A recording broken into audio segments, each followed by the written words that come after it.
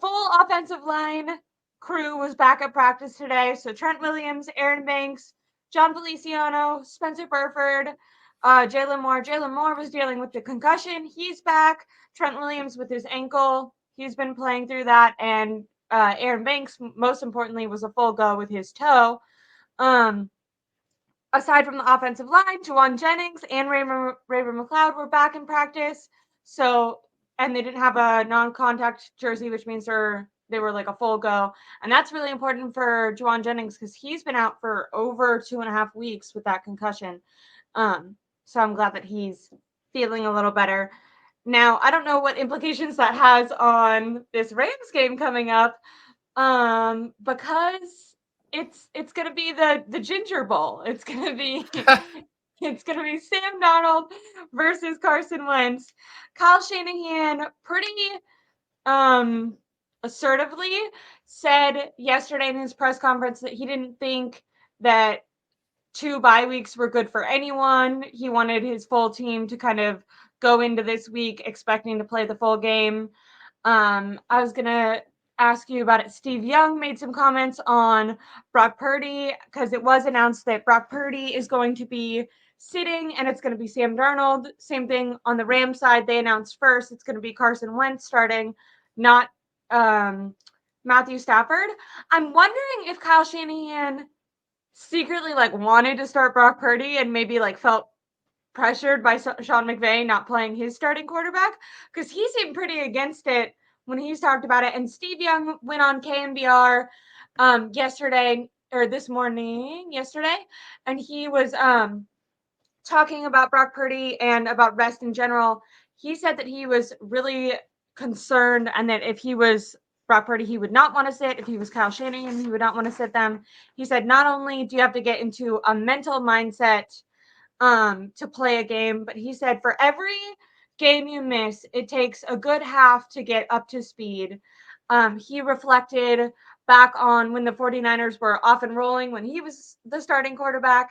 He I guess they got that number 1 seed, they got that bye week, and they ended up getting smoked by the Vikings. And he said it was just because they had a slow start, and before they knew it, they were kind of down. That was a Mike Shanahan team. So Kyle Shanahan also has seen his father go through that. Shannon Sharp and Ocho Cinco, they reacted to the 49ers getting the number 1 seed, and they both, former players as well, had that same exact, they said that they would start their starters week 18, and then they thought it was bad to have 21 days of rest, which is what Brock Purdy is going to have. How do you feel about Brock Purdy sitting and about potentially the other starters that we just mentioned that are healthy sitting or starting? You said in your article you felt like Kyle Shanahan maybe gave some hints on what he was going to do with the rest of the team. How do you think it's going to go, and how do you feel about it? Well, that quote by Kyle Shanahan is a little hypocritical, right? He says, "Oh, I think 2 weeks straight in the bye says ridiculous," or whatever he said. It's like, yeah, dude, you already announced Brock Purdy's getting benched, or not benched, like he's sitting the final game. Like, you know that, right? You can't say that right after. And I wrote about that because that answer specifically pertained to Trent Williams. I thought, like, okay, you're just scatterbrained at this point because you kind of don't, like, you probably know, but it's like you probably don't care to give an answer on this one. You're just like going out and just saying things like, I don't know. I think he means by that, like, certain players need time off while some players need to play in terms of like rest or not. But honestly, this team is so loaded, I'm not worried about any of that rest.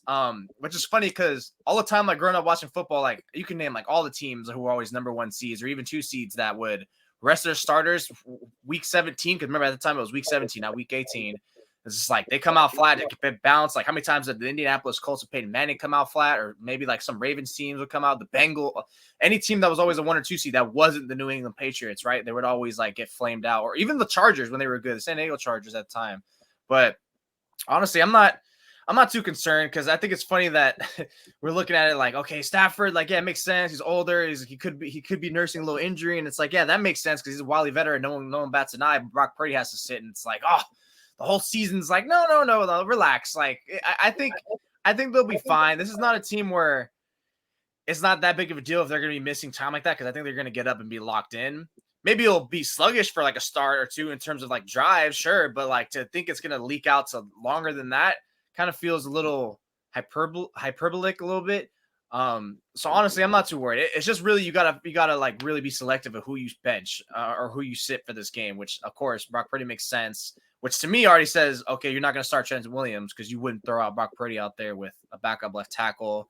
Which even though I guess you did kind of throw him for a backup left tackle for 3 games and it was fine, but yeah, pretty much like no, like not all of them are gonna be sitting. So I think Steve Young at the time, which again I don't know how many players sat during Steve Young's year, right?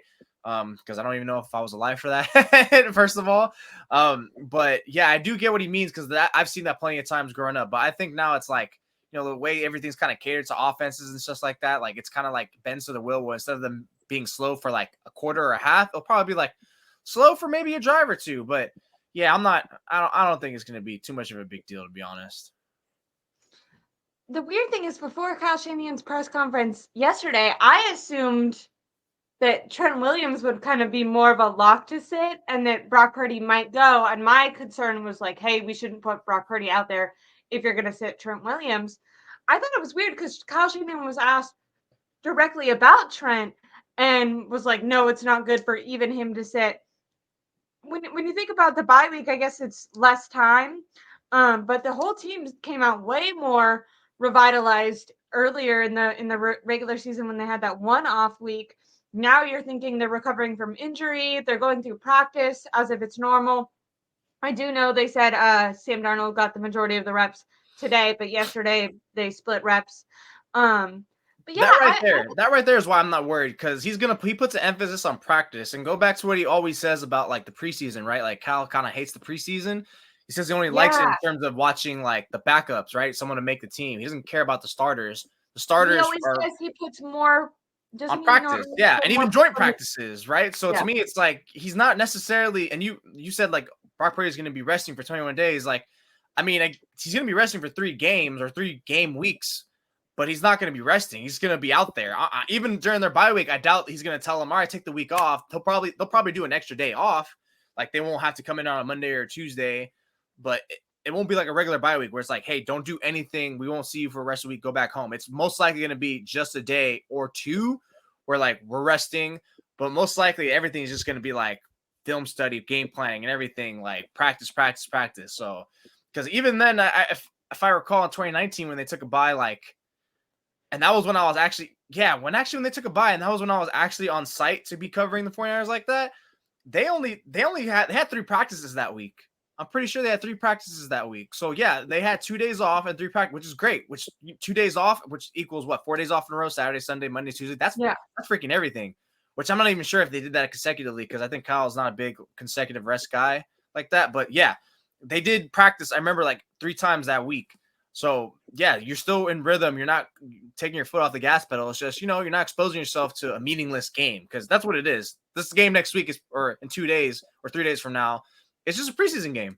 And why would you risk them out there? Like, it's like, risk of injury or risk of rest? I'd rather take the risk of rest, to be honest.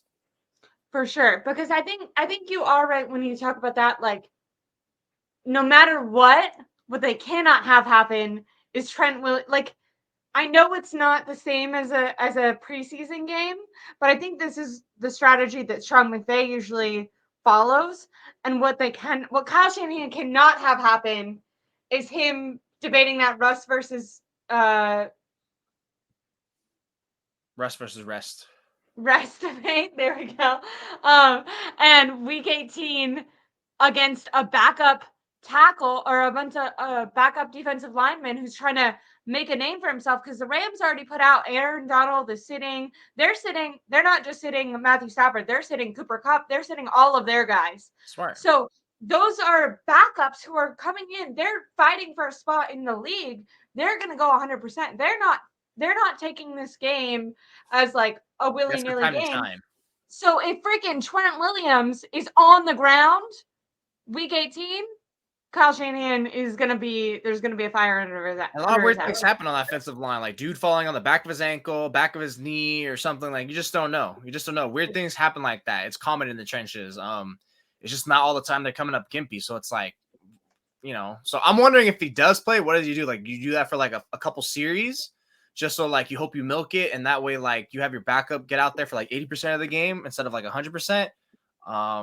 maybe you suit him up as an emergency. I don't know. So I don't know. I feel certain that he's not going to play. But then again, you got to remember, like, how many players are going to be out of injury this game? Like 5 already, 6 with, well, an injury, 4 or 5. And then you had 6, maybe Purdy, because I know McCaffrey, like, calf, like, okay, like, if it was a good game, he would play, but obviously you're going to hold him out. Emory Thomas having surgery. Yeah, so it's like kind of a little bit of a little bit of a screw situation for them in a sense, because they do have a good like amount of injuries that aren't like serious, but it's enough where it's like it's not worth it just to risk him out there.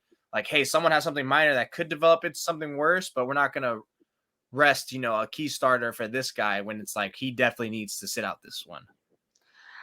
Right now they're doing the press conferences, and someone asked Chris Forster, the O-line coach, and he said that it is a challenge for him to find a balance between rest and reps. It takes communication with the players, understanding how many practice reps they need to get, which guys are going to be able to stay in game shape, but not only mentally or not only physically, but mentally. And that kind of also goes back to what Steve Young was saying, is he was saying keeping up the mindset of the level that you have to play when you know that you're going to play in a game. And Kyle Shanahan kind of hinted at that, and you touched on that on your article, is even if Trent Williams isn't going to play, it sounds like they're not going to find out until maybe the day of the game or day out, 24 hours or even right at game time or something, because they want them going through practice. They want them staying in that headspace. I do wonder, why do you think do you think it's just because of Sean McVay announcing Carson Wentz? Why do you think that or maybe it's because of practice, like the way practice works? Why did they announce so early that Brock Purdy? Why didn't No, I they don't think take it's a that same approach response. with Brock Purdy? I don't think it's a response to what the Rams are doing. I think it's literally just like, yeah, you have to sit him out. Like, there's no way. There's no way you're playing him. It's for the same thing. It's like you're just gonna let him get hurt in a preseason game. Like, and that's one thing you definitely cannot happen. You're finally like nearing the finish line here. Your best chance to win and get back and win the Super Bowl since 2019. And I would even argue, no, it's not. I don't think it's debatable. It's better than it is in 2019 because, like I said, what's always been the thing that's failed the 49ers since 2019 in achieving the Super Bowl is quarterback position. Jimmy Garoppolo may not have been the lone factor as to why they failed to get in the Super Bowl, but he was a heavily contributing factor why they didn't win the Super Bowl. 2021, Garoppolo couldn't make 15 open, simple layup passes throughout the game when the Rams are clearly neutralizing Elijah Mitchell and Deebo Samuel. And then last year, Purdy gets hurt. So this is one that's like, yeah, we'll try to we at least can control one of them by keeping our quarterback from getting hurt in a meaningless game. And again, it's like if he comes out with rust, we'll deal with it because we believe we have the talent around him that could get through that, and hopefully he picks it up in the end. And that's even if he's going through it, which I'm not even too sure. I wouldn't even bet that he's going to, if he arrests, I think he's going to be fine.